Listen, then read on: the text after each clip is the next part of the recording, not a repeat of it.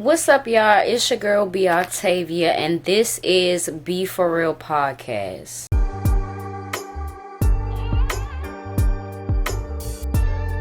Now, if you do not know me, my name is B Octavia. I am 24 and I'm from the Washington, D.C. area. I am a mother of a almost 4-year-old, and I am an entrepreneur. Now, my business will be in the description along with my main channel. In today's video, I am going to give a recap of Basketball Wives thus far. And honestly, it's a snooze fest. Now, I say that it's a snooze fest because first of all, my girl Tammy ain't on there. And I respect her decision because I'll get into that. I feel like it was a lot going on and they was like pushing her to that decision anyway.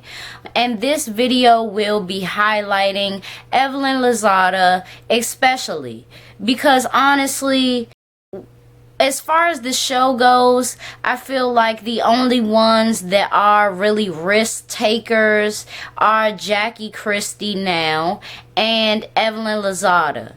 Now, Jackie Christie's moves are golden for reality TV. Like what she says and how she reacts to things and how she takes things are very much hilarious, and I appreciate her on the show. There were things, of course, that she said that, of course, weren't right, but you talking about reality TV gold, like her and Tiffany Pollard to me are on the same level as far as made for reality TV. Those are the only two that really would do anything or say anything that would be like, there's OG too. On the last season, OG and Evelyn got into it pretty bad, and Evelyn was mad because OG was saying stuff about Chad, like Chad, that's my guy and stuff like that. She just knows what to say to get under Evelyn's skin, especially. She does that a lot with a lot of the women, but especially Evelyn. It just struck a nerve. They started to say what both of their messages said. Evidently, Evelyn had a set of messages, and her messages were printed out, and it would be a receipt if it was real. Now, I laughed and I saluted Chad because I feel like he manipulated what it really said and the responses and stuff like that, so it made it look like OG was just talking to herself, which she was not. What I was saying to that was, I'll be damned. Like, you are really bold enough to quote unquote ask your abuser about a woman that he was allegedly talking to for what? And you got him kicked out of the NFL. I'm not saying domestic violence is right. I'm not saying the headbutt or whatever the case was right. But there was wrongdoing on her side too, including keep crying about the attack, but you talking to him and trying to build evidence against OG. It don't make sense. It don't. Like, to this day, he can't get no serious job within the NFL. It's probably going to take some time. Even Michael Vick, and that's something different. But even Michael Vick is having trouble still. So, at the end of the day, after they exchanged these DMs, what ended up happening was OG went off on her and was saying that she has said the N-word in the past and she has no right to say it. She has got her body done to emulate what a voluptuous black woman would look like, as many women in the Spanish culture do. And the things that she has said to OG, calling her a monkey or saying that she looks like a monkey. That is a colorist thing to say. But beyond that, what I want to say is, does it rub me the wrong way when people from New York who are not black say the N-word? Yes, it does. Do y'all have the right to say it? No. Just because you are from New York, which is a melting pot between Spanish and black people, I don't think you have the right to say it. And you see that you keep getting in trouble with saying it outside of New York. If that's a thing that they allowed there, then you need to keep it there. Like, DC is only 4 hours away from New York, and that shit would not be accepted here. You would keep getting into stuff back to back to back. My thing is, she only started saying that she was Afro-Latina after she was called a colorist. Notice how people move. You have to notice, because it's very important. It's very shady. And did they treat OG like she was extremely dangerous and everything? They treated her like a criminal before she even did anything. They were saying, oh, we don't want to be seated on the same stage as her. Does that not give y'all colorist vibes? Like, oh, she's not good enough to sit with y'all? She ain't even did nothing to y'all. And think about this. Evelyn was running after Cece. What was she going to do when she got to Cece? She was going to attack her. Y'all not going to talk about that and how she's dangerous in that way. She showed it. But she was not able to do that. I think that they did try to segregate. You know, even before the reunion came, they didn't want to be around OG. They wanted to seclude her totally from every event. And I get if a person has a loud mouth and they say things and stuff like that. But if a person didn't do anything to you physically, how is she different from Evelyn?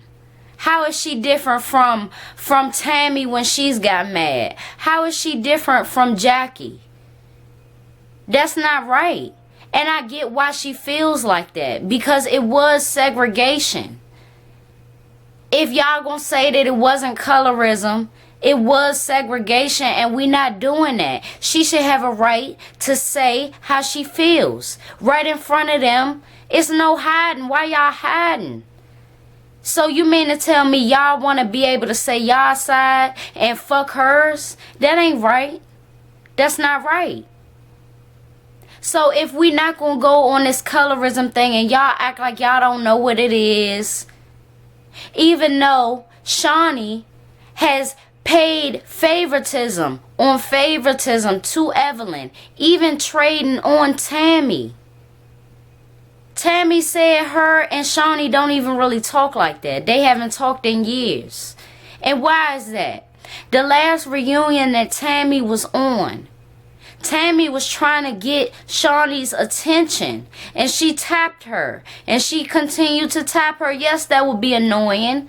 But what did Shaunie do? Don't be tapping me. Don't be touching me. Whatever she said, it was shady. It was unnecessary. And you don't do that to your friend. You be like, yes, girl, you know, I feel you tapping me, you know. You don't get no attitude and do all of that. Like, she did show favoritism and she did want to almost protect Evelyn when Evelyn is dangerous too. How does that work? I'm glad that Tammy got off of the show, even though I miss her dearly. I miss her comebacks. I miss her reads. I miss it all. But I'm proud of her because you have to show some type of progression if it's people around you that don't have the best intentions for you. You know, if your health is at risk, if you are at a certain age where you just really need to slow it down with the drama. You know, especially because, think about it, Tammy was holding that show. She was the reason why the ratings were where they were. I don't know what's going to happen on this season because it's been a snooze fest. I'm like 2 episodes in and I'm bored. I am bored. I do like that Malaysia does want to talk more about her brother, and she does want to seek help in what she can do in his legacy and things like that. But that's the only storyline that I really like on the show. Jackie, it always fits perfect.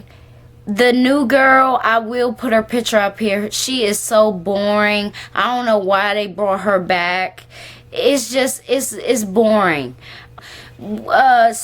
Cece's not on there anymore. The other girl is boring.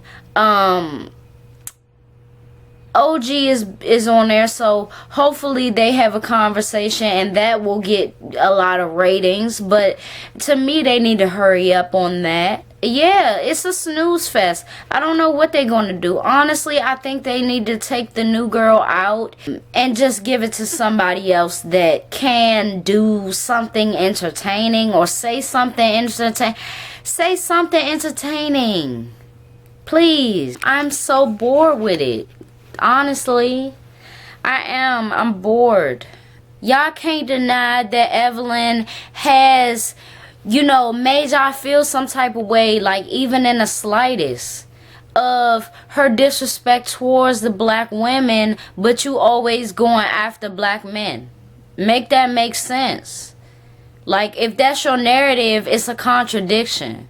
You gotta give respect if you saying the N-word this way and that way. You gotta give respect when you want to emulate a black woman and you want to, okay, I'ma sprinkle this Afro Latina here because I was caught being disrespectful towards a black woman. Like, no, we're not doing that. Show some respect. Moving forward, don't mention Chad Ochocinco. He is getting married and hopefully that marriage lasts longer than y'all's did. Honestly, I don't know why she's still on the show. She's aging.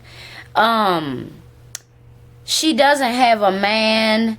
You know, she had Carl Crawford, which she doesn't have him anymore.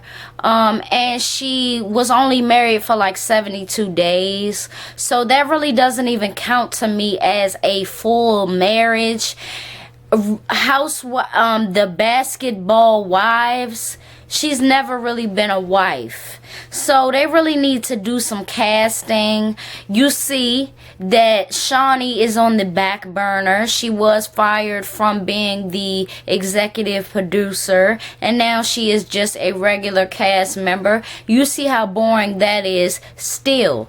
So yeah, it's a mess. These shows really have to do better, and now all of the shows is trying to talk about deep things, which is fine, but y'all wasn't even trying to go there before. Like, if y'all gonna get into the colorism and the segregation, get into it for real, and not have no petty arguments saying be this, be that, monkey this, monkey that. Nah, keep it at real statements, how you really feel, etc. Like, have a real conversation. That's what we need. That's what we need to see.